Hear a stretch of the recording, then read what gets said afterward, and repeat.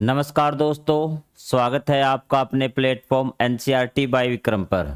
आज हम समझेंगे जो आपकी कक्षा 6 की न्यू एनसीईआरटी की बुक आई है सामाजिक विज्ञान की, उसका अध्याय नंबर 5 जिसका नाम है भारत अर्थात इंडिया।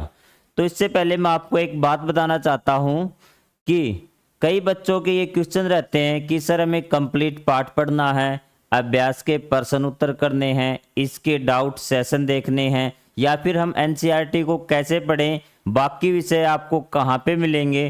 तो इन चीज़ों के लिए मैं आपको बता देना चाहता हूँ कि जो भी नया बच्चा हमारे चैनल से जुड़ा है या फिर जो पुराने बच्चे जिन्होंने हमारा इंट्रोडक्शन वीडियो नहीं देखा है, तो इस वीडियो के डिस्क्रिप्शन बॉक्स में मिलेगा उस वीडियो का लिंक, और कमेंट बॉक्स में भी उस वीडियो का लिंक मिलेगा। वहाँ से आप देख सकते हैं कि आपको एनसीईआरटी पढ़नी कैसी है, आपको समरी कहाँ से करनी है, पाठ कहाँ से पढ़ना है, अभ्यास के प्रश्न उत्तर आप कहाँ से करेंगे और डाउट सेशन कहाँ से लेंगे।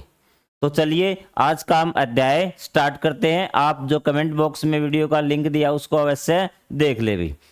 तो सबसे पहले हमारे अध्याय का नाम है भारत अर्थात इंडिया। आज सभी जो आप लोग हैं भारत को भारत के नाम से जानते हैं या फिर इंडिया के नाम से जानते हैं।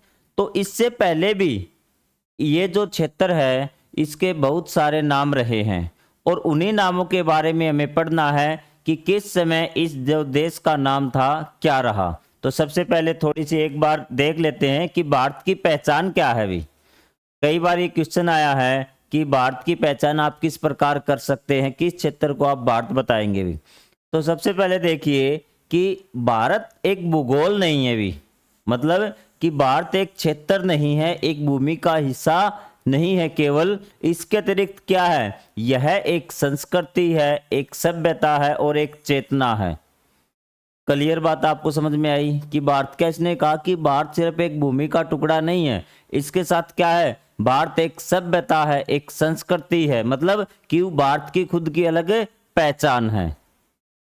इसकी पहचान हिमालय और दो विशाल समुद्रों के बीच बसने वाली एक महान परंपरा है जो हजारों वर्षों से निरंतर चली आ रही है। ये कहता है कि अब इस लाइन में इसने क्षेत्र बता दिया है कि भारत का क्षेत्र कहाँ है, कि जो ऊपर हिमालय है वहां से लेके दो समुद्र आपके बंगाल की खाड़ी और अरब सागर, इसके बीच में बसने वाली क्या है, ये एक महान परंपरा है जो हजारों वर्षों से चली आ रही है।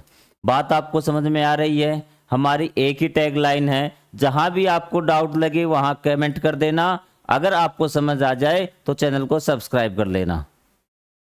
भारत को अक्सर एक उपमहाद्वीप कहा जाता है क्योंकि इसकी भौगोलिक विशेषताएं दुनिया के किसी भी सामान्य देश से कहीं ज्यादा विशाल और विविधतापूर्ण। ये कहता है कि भारत को, जो भारत का क्षेत्र है ना, इसको उपमहाद्वीप कहा जाता है क्योंकि जो इसकी जो भौगोलिक विशेषताएं हैं या फिर इसकी जो संस्कृति है वो बहुत विशाल है, एक महाद्वीप की तरह है। इसने बता दिया कि एक जो दूसरे एक सामान्य देश होता है उससे कहीं ज्यादा बड़ी, मतलब अगर हम देखेंगे तो इसकी जैसे एक महाद्वीप की अलग अलग संस्कृतियां, भूमिस्थल है तो जलवायु है, उसी प्रकार भारत में भी क्या है, जो विशेषताएं एक महाद्वीप में होनी चाहिए वे सारी विशेषताएं अकेले भारत देश में है, इसलिए भारत को उपमहाद्वीप कहा जाता है, भारतीय क्षेत्र को। ये बात आपको समझ में आई। जहां पे समझ में ना आए वही कमेंट बॉक्स खोल के कमेंट में लिख देना। डाउट सेशन आपको मिलेंगे, सारे लेसन के इकट्ठे डाउट करके मैं स्पेशल एक वीडियो बना दूंगा और कमेंट बॉक्स वाला अगर वीडियो देख लोगे तो आपको सारी चीजें क्लियर हो जाएंगी कि कब आपको कैसे पढ़ना है। ये चीजें क्लियर हुई आपको तीनों पॉइंट। अब हम बात करते हैं भारतीय उपमहाद्वीप को। भारतीय उपमहाद्वीप क्यों कहा जाता है, मतलब इस जो क्षेत्र है ना आपका, इसको उपमहाद्वीप क्यों कहा जाता है, यहां से चीजें क्लियर होंगी आपको। यह एशिया के एक विशेष भूभाग पर स्थित है जो भौगोलिक रूप से बाकी हिस्से से अलग है। यदि आप एशिया का मैप देखेंगे, यहां से आपको दिखा देता हूं कि ये मान लीजिए ये एशिया है और ये यूरोप है, तो ये देखिए यहाँ के आसपास क्या है, भारत है, और ये क्षेत्र बाकी से, यहाँ से हिंदुकुश पर्वत हो गया, यहाँ से हिमालय हो गया, यहाँ से अरब सागर, बंगाल की खाड़ी सॉरी, और यहाँ पे अरब सागर, बाकी महाद्वीप से अलग हिस्सा हो गया। ये भौगोलिक क्षेत्र क्या है, बाकी महाद्वीप से इससे अलग है। ये चीज समझ में आ गई। इसमें प्राकृतिक विविधता है, जैसे एक महाद्वीप में होती है ना, इसमें मैदान भी हैं, पठार भी हैं, पहाड़ भी हैं, मरुस्थल भी हैं, तटीय क्षेत्र भी हैं और द्वीप भी हैं। दूसरी विशेषता, अब हम बात करते तीसरी भी, इसमें संस्कृति की भी, भाषा की भी, समाज में इतनी विविधता की ये खुद में एक छोटा महाद्वीप लगता है। भारत अपनी अलग टेक्टोनिक प्लेट पर स्थित है जो भूगर्भीय दृष्टि से भी उसे विशिष्ट बनाता, मतलब कि जो आपके स्टार्टिंग में आपको पता है कि सारी क्या है कि जो पृथ्वी थी वो एक थी, धीरे धीरे क्या हुआ कि वो हिस्सों में बटी, तो पहले 2 हिस्सों में बट गई आपकी, फिर उसके अलग अलग महाद्वीप बने, अलग अलग प्लेटें बनी ना। तो इसने कहा कि जो भारत की जो प्लेट है ना, यहां से दिख रही है आपको, ये प्लेट है टेक्टोनिक, जो धरती की प्लेट है ना सारी, जैसे एक दक्षिण अफ्रीका की हो गई, एक ऑस्ट्रेलिया की होगी। उसने कहा कि अगर एशिया का आप नीचे से देखेंगे पृथ्वी की सतह के अंदर जाके, जो भारतीय उपमहाद्वीपीय क्षेत्र है उसकी एक अलग टेक्टोनिक प्लेट है भी। तो ये सारी विशेषताएं एक महाद्वीप की हैं जो कि एक देश में है, इसलिए इसको उपमहाद्वीप कहा जाता है। और ये बहुत ज्यादा इंपॉर्टेंट क्वेश्चन है और बड़े बड़े बच्चे इसमें मात खा जाते हैं। क्यों कहा जाता है, सीधा कई बार इंटरव्यू वाला पूछ लेता है, पेपर में आ जाता है कि भारत को उपमहाद्वीप क्यों कहा जाता है। इतने सरल शब्दों में आपको कहीं पर भी ये डेफिनेशन नहीं मिलेगी और न ही आपको समझ में आएगा इतने सरल शब्दों के बिना। ये चीजें समझ में आई आपको? इसी कारण भारत को उपमहाद्वीप कहा जाता है भी। क्लियर हुआ? धीरे इसलिए पढ़ा रहा हूं, बार बार इसलिए बता रहा हूं ताकि आपको अच्छी तरह से समझ में आ जाए, आपके दिमाग में ये चीजें छप जाएं। कभी कोई दूसरा भी पूछे तो आप तुरंत उसको बता सके कि भारतीय क्षेत्र को इसलिए उपमहाद्वीप कहा जाता है क्योंकि इसकी जो संस्कृति है वो अलग अलग, जैसे एक महाद्वीप में जो गुण होने चाहिए वे गुण क्या हैं, भारतीय क्षेत्र में है। क्लियर हुई चीजें? अब भारत के नाम समय के साथ बदलते हुए परिचय, मतलब अब है भारत के अलग नाम कैसे पड़े। जो भारत का क्षेत्र है आपको बता दिया गया कि जो फिलहाल भारत का जो क्षेत्र है वो कहां पर है, कि ये आपका हिमालय पर्वत है और ये आपका बंगाल की खाड़ी है और यहाँ पे आपका क्या अरब सागर है। इन तीनों क्षेत्रों के बीच में क्या है, भारतीय ये महाद्वीप उपमहाद्वीपीय क्षेत्र था और समय के साथ इसके नाम अलग अलग दिए गए। वो नाम क्या दिए गए, यही नाम हमें इस अध्याय में पढ़ने हैं। क्लियर हुई चीजें? आपको पढ़ते हुए आपको मजा आना चाहिए भी। भारत के लिए अलग अलग समयों और सभ्यताओं ने कई नाम दिए। हम हर नाम भारत की विविधता और उसके संपर्कों और वैश्विक पहचान को दर्शाता। उसने कहा कि अलग अलग नाम दिए, अलग अलग सभ्यता थी, जैसे मेसोपोटामिया के लोग थे, ग्रीक के लोग थे, फारस के लोग थे, उन्होंने जो भारत का क्षेत्र था ना इसको अलग अलग नाम दिए। क्यों दिए, आपको एक तो नाम जानने हैं और एक नाम ये क्यों दिए। ये 3 चीजें आपको याद रखनी है कि नाम किसने दिए, क्यों दिए। क्लियर है? और तीसरी बात है कि कौन से काल में दिए गए, किस कारण से दिए गए, ये चीजें आपको याद रखनी। चलिए अब देखते हैं हम भारत के नाम। सबसे पहले भारत नाम भाई, ऋग्वेद में भरत नाम का उल्लेख है एक वैदिक जन के रूप में हुआ है भाई। सबसे पहले आपको इस क्षेत्र मतलब कि एक भरत नाम का उल्लेख मिलता कहाँ, ऋग्वेद में। बाद में भारतवर्ष शब्द महाभारत और पुराणों में आया। भरत वंश की भूमि को क्या बोला गया, भारतवंश कहा गया। भारतवंश के बारे में आपको क्लियर हुआ कि भारतवर्ष क्यों कहा गया। ऋग्वेद में क्या कहा गया था, भरत भी। ठीक है, भरत नाम का उल्लेख है और जो भारतवर्ष नाम का उल्लेख है वो आपका महाभारत और पुराणों में आया, जिसका अर्थ है भरतवंश की भूमि। तो एक नाम आया आपका सप्तसंधव। ऋग्वेद में सप्तसंधव कहा गया कि 7 नदियों की भूमि, सिंधु, सरस्वती और अन्य नदियां, आज का पंजाब और सिंध क्षेत्र। और ऋग्वेद में किसको कहा गया था सप्तसंधव, ये पूरा भारत को नहीं कहा गया था सप्तसंधव। याद रखना कि पूरे भारत को सप्तसंधव नहीं कहा गया था, सिर्फ भारत का जो ये उत्तर पश्चिमी है ना, जो आपका ये जो भारत का उत्तर पश्चिमी क्षेत्र है, यहां से देखिए ये वाला क्षेत्र भी जो आज का पंजाब और सिंध क्षेत्र है, इसको क्या कहा गया था, सप्तसंधव कहा गया था। मतलब कि आपके ऋग्वेद में जो ये हिस्से है ना आपके, ये बाकी जो हिस्सा बच गया इसकी कोई जानकारी नहीं, सिर्फ ये क्षेत्र, इसको सप्तसंधव कहा गया था, 7 नदियों की भूमि। क्लियर है? ऋग्वेद में क्या कहा गया था, ये है तो भारत ही है, तो क्या ये भारत, इसलिए हम मानते हैं कि ऋग्वेद में भारत को क्या कहा गया था, सप्तसंधव। और कौन से क्षेत्र का जिक्र है, उत्तर पश्चिम क्षेत्र का जिक्र है। ये चीजें आपको ध्यान रखनी है। अब एक नाम और दिया गया उसके बाद में, जम्बूद्वीप। जम्बूद्वीप का अर्थ है जामुन के वृक्ष से युक्त द्वीप भी, वो द्वीप जिसपे जामुन के वृक्ष हो भी, जहां जहां पर जामुन के वृक्ष थे उसको कहा गया जम्बूद्वीप भी। पौराणिक ग्रंथों और सम्राट अशोक के शिलालेखों में इस नाम का उल्लेख किया गया। उस समय का जम्बूद्वीप आज का भारत, पाकिस्तान, बांग्लादेश और अफगानिस्तान के कुछ भाग भी। मतलब जम्बूद्वीप नाम कहां से आया, जो पौराणिक हमारे ग्रंथ हैं और अशोक के जो शिलालेख है ना, उनमें लिखा गया जम्बूद्वीप। और वो जम्बूद्वीप किस क्षेत्र को बताया गया था कि वो क्षेत्र में कौन कौन से देश शामिल थे, कि आज का भारत, पाकिस्तान, बांग्लादेश और अफगानिस्तान के कुछ भाग। और यहां देखिए कि ये तो आज का भारत हो गया, इसके साथ में पाकिस्तान, अफगानिस्तान का कुछ भाग और साथ में बांग्लादेश।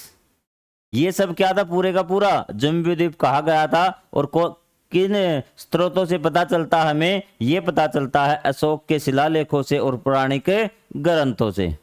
तीनों नाम आपके हो गए।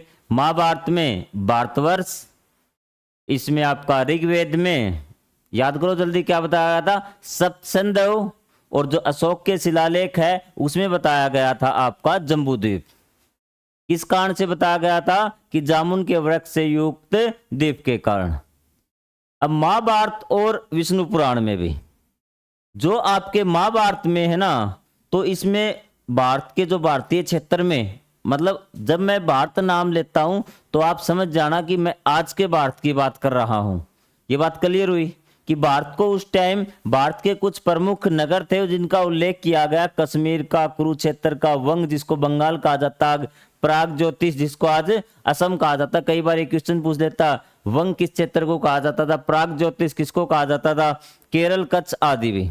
यह दिखाता है कि भारत की पहचान सिर्फ उत्तर भारत तक सीमित नहीं थी। मतलब महाभारत में आपने ऋग्वेद में देखा, ऋग्वेद में सिर्फ किस क्षेत्र का जिक्र था, सिर्फ उत्तर पश्चिम क्षेत्र का जिक्र था। किसका, उत्तर पश्चिम का भी, इस क्षेत्र का जिक्र था। लेकिन जब महाभारत की बात आई तो महाभारत में देखिए आपका भी, ये यहाँ पे बंगाल के भी एक नगर का जिक्र है, आपका असम में भी जिक्र है, आपका यहाँ पे कुरुक्षेत्र का भी जिक्र है, ठीक है, यहाँ कश्मीर पे का भी जिक्र। मतलब कि महाभारत में इस पूरे क्षेत्र का जिक्र है जो आज का भारत कहलाता है। क्योंकि पूरे क्षेत्र को एक साथ तो बताया नहीं गया, उसमें क्या उसके शहरों के नाम दिए गए, नगरों के नाम दिए गए, और नगरों के नाम आपको दिए गए कश्मीर, कुरुक्षेत्र, वंग, प्राग ज्योतिष। मतलब ये पूरे भारत में फैले हुए ना। तो यहां से हमें पता चल चुका है कि महाभारत में पूरा जो आज के भारत का क्षेत्र है ना, उस पूरे भारत के क्षेत्र का जिक्र हुआ है।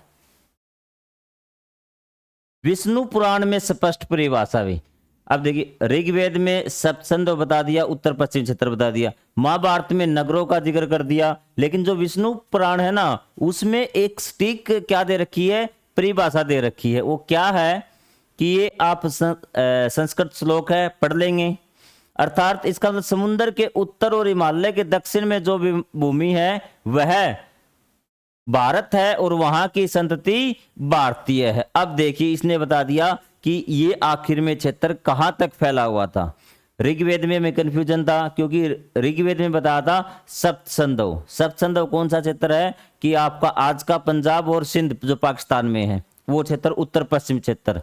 महाभारत में पूरा क्षेत्र नहीं बताया, उसमें क्या बता दिया, उसमें बता दिया कि ये अलग अलग शहरों के जिक्र दे दिए। तो वहां पे हमें पता चल चुका, हाँ हो सकता है कि आज के भारत का वर्णन हो गई, ठीक है।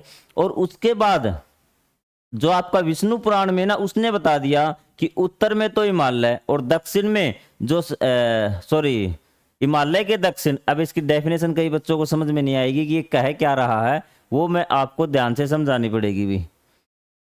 मेरा यही मोटो है कि आपको छोटी से छोटी बात मैं समझा दूं। आपने लेक्चर पूरा देख लिया, आपके दिमाग के अंदर वो बात घुस जाएगी प्रैक्टिकली।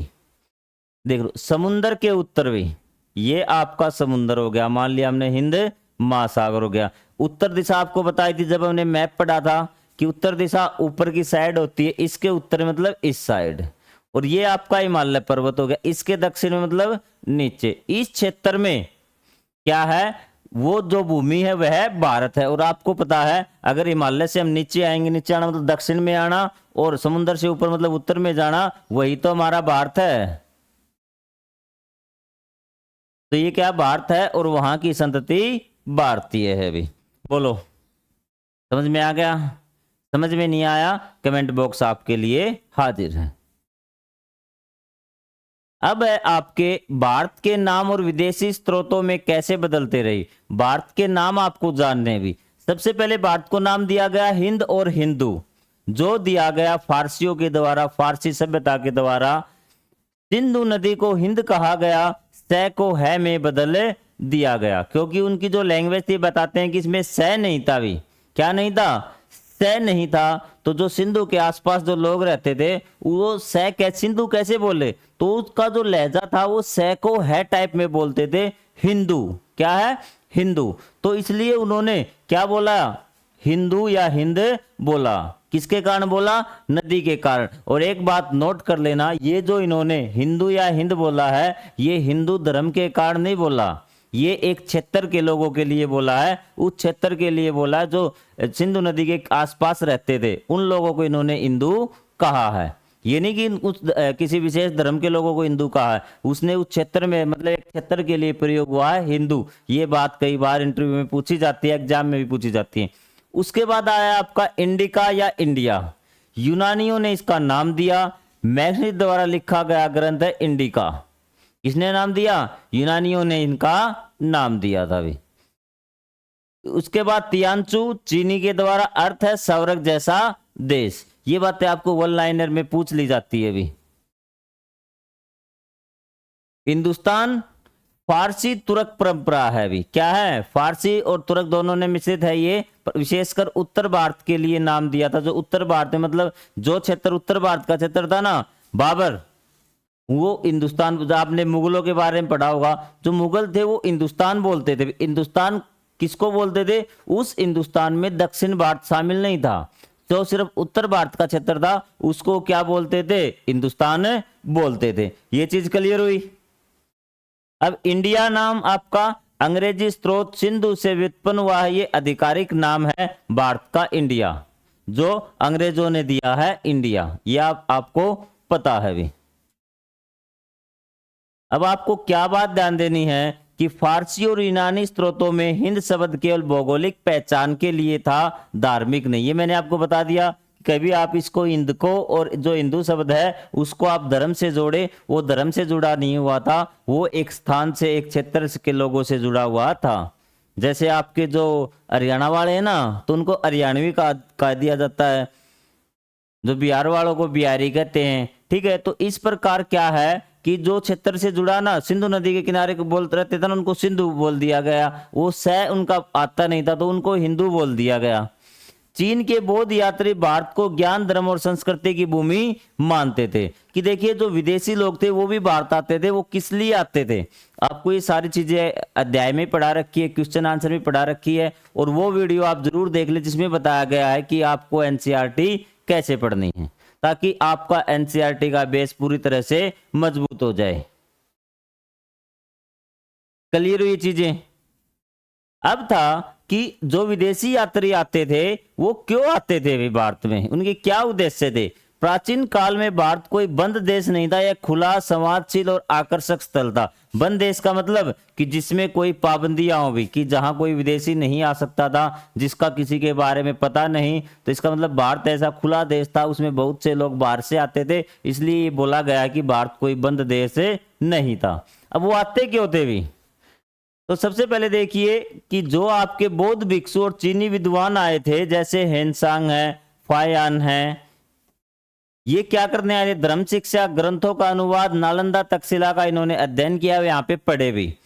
फारसी और यूनानी जो आए थे वो आक्रमण करने और व्यापार करने के लिए आए थे भी। ये चीज क्लियर हुई आपको? ध्यान रखना कि विदेशी लोग क्यों आए थे भी, तो आपको पता लग गया एक कारण। तो वे धार्मिक शिक्षा, ग्रंथों का अध्ययन करने के लिए, उनका अनुवाद करने के लिए, वहां पढ़ने के लिए। जो फारसी और यूनानी क्या थे, वो आक्रमण करने के लिए आए थे, लूटपाट करने के लिए वो आए थे, या फिर व्यापार के उद्देश्य से आए थे।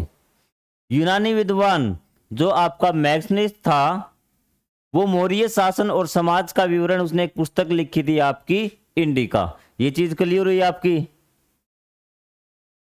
अब है लास्ट टॉपिक आपका भारत के संविधान में भारत की आधिकारिक मान्यता भी। तो जो भारतीय संविधान है उसमें भारत को नाम दे दिया गया Bharat, that is sorry India, क्या नाम दिया गया? India, that is Bharat. इसने कहा कि इंडिया हमारे देश का क्या नाम है? इंडिया, वही जो ये हम भारत कहते हैं, मतलब इंडिया और भारत एक ही है, इसके बारे में कोई विवाद नहीं होना चाहिए। भी अभी विवाद भी हुआ था कि नाम बदलेंगे नाम बदलेंगे। देखिए जो संविधान है वो सही है बिल्कुल, उसमें लिखा गया है कि भारत का ही मतलब क्या है? इंडिया है।